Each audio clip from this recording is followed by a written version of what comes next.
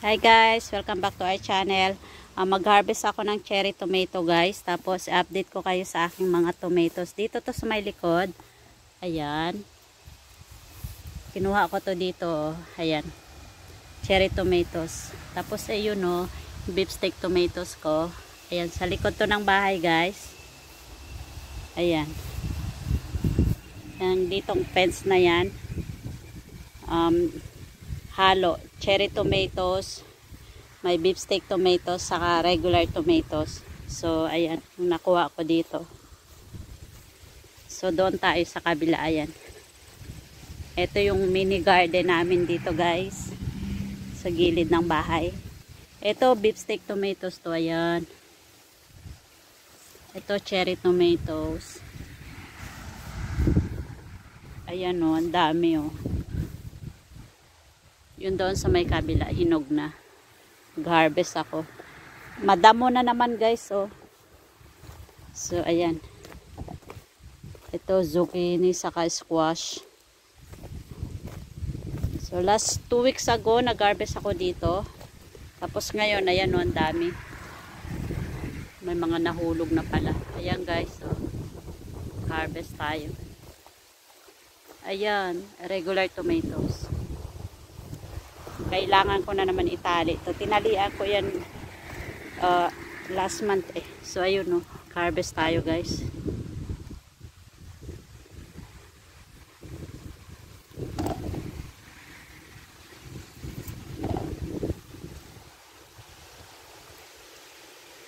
Galas 4 na dito. Ayan no, galas 4 ng hapon.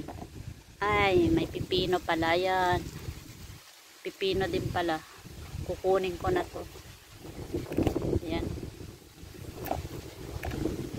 Ayan, naka-harvest na naman ako ng pipino. Ayan o, ang dami pa o.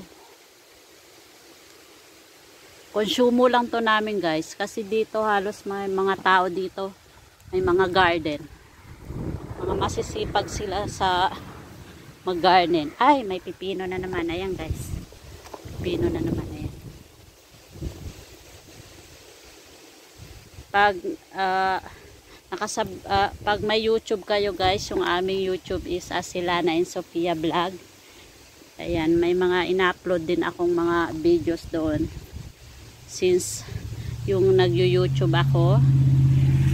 So ayan. Ayan yung aking mga, ayan, may tomatoes, regular tomatoes. Mainit. Umulan kanina yung umaga.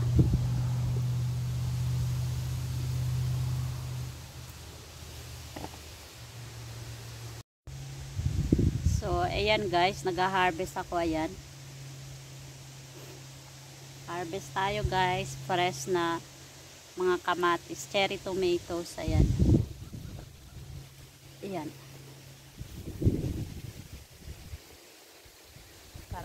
Para makita nyo na legit. So, ayan. Nag-harvest ako ng cherry tomatoes guys, ayan. So, ayun, nakuha ko na 2 cucumber. Ay, meron pa pala. Meron pa. Ayan. Ayan, guys. Harvest natin to. Si Sophia kumakain ng pipino eh. Ay, 3 na na-harvest ko. Ayan. Ito, guys. Ito. 3.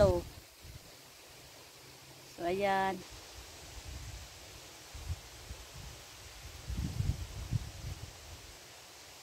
Tapos tayo.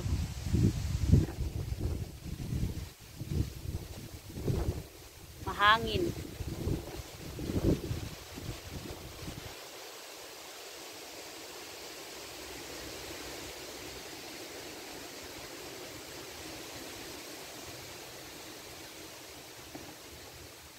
Cherry tomato.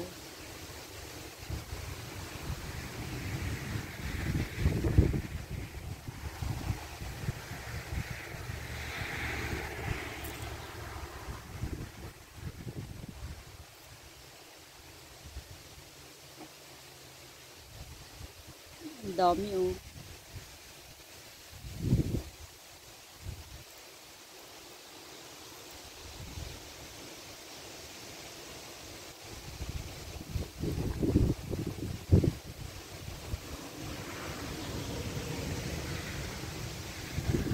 Last year marami kaming yung kamatis kinan namin. Yun, meron pang tira, mga 2 jar o 3 jar yata yun. Pero ngayon this year, late kasi ako nakapagtanim. So yung iba hindi pa hinog. So ewan lang kung makapag-jar kami this year ng mga kamatis. So tama na muna to guys. So ayan. Nakakuha ako ng ayan, halos isang yung container. 3 cups to. So halos 3 cups ito. Ayan. So ayan guys, thank you for watching.